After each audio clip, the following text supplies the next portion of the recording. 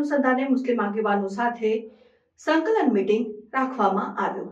વડોદરા શહેરમાં વિવિધ તહેવારો લોકો શાંતિપૂર્ણ રીતે ઉજવી શકે, વિવિધ ધર્મ અને સમુદાય વચ્ચે એકતા, કોમી એકલાસ અને શાંતિ જળવાઈ રહે તે માટે માનનીય પોલીસ કમિશનર સાહેબશ્રીના માર્ગદર્શન અને સૂચનાને આધારે તારીખ 2 માર્ચ 2025 થી તારીખ 31 માર્ચ 2025 સુધી રમઝાન માસની ઉજવણી થનાર છે। જે અનુસંધાને વડોદરા શહેર મુસ્લિમ આગેવાનો સાથે મીટિંગ રાખવામાં આવેલ।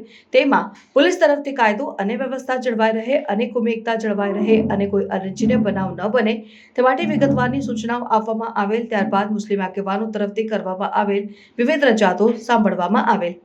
રમજાન માસ દરમિયાન મસ્જિદોમાં નમાઝ પડવા માટે લોકો ભેગા થતા હોય તે મસ્જિદોની આસપાસમાં ફ્રૂટ માર્કેટ, રેસ્ટોરન્ટ, લારી ગલ્લા, રેલવે સ્ટેશન, બસ સ્ટેશન અને જે જગ્યાઓએ મોટી સંખ્યામાં ભીડ થતી હોય આવી જગ્યાઓએ ટ્રાફિક નિયમન જળવાઈ રહે તે માટે અને રમજાન માસ દરમિયાન હિન્દુ ધર્મના તહેવારો જેવા કે તારીખ 13 માર્ચ 2025 હોળી તેમજ તારીખ 14 માર્ચ 2025 ના રોજ ધૂળેટી તથા તારીખ 30 માર્ચ 2025 ના રોજ ગુડી પડવો, ચેટીચંદ તેમજ તારીખ 31 માર્ચ 2025 ના રોજ રમજાન ઈદની ઉજવણી થનાર હોય સદર તહેવારો દરમિયાન કોઈ અનિચ્છનીય બનાવ ન બને, કાયદો અને વ્યવસ્થાની પરિસ્થિતિ જળવાઈ રહે તે માટે વડોદરા શહેર પોલીસ દ્વારા પેટ્રોલિંગ અને ચુસ્ત પોલીસ બંદોબસ્ત રાખવામાં આવનાર છે।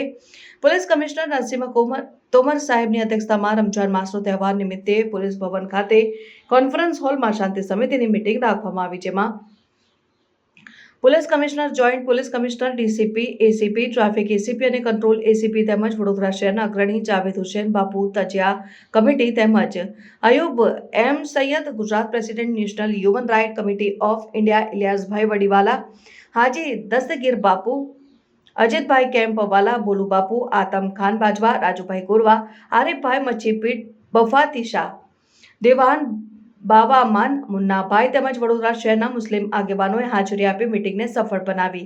રિપોર્ટર નઝીર શેખ સાથે આરિફ સૈયદ। સમાચારોની અવનવી અપડેટ્સ માટે જોતા રહો સેક્યુલર ગુજરાત ન્યૂઝ। સાથે સેક્યુલર ગુજરાત ન્યૂઝ ચેનલને લાઇક, શેર અને સબસ્ક્રાઇબ કરો અને બેલ આઇકોન દબાવીને સમાચારોની ઝડપી માહિતી મેળવો।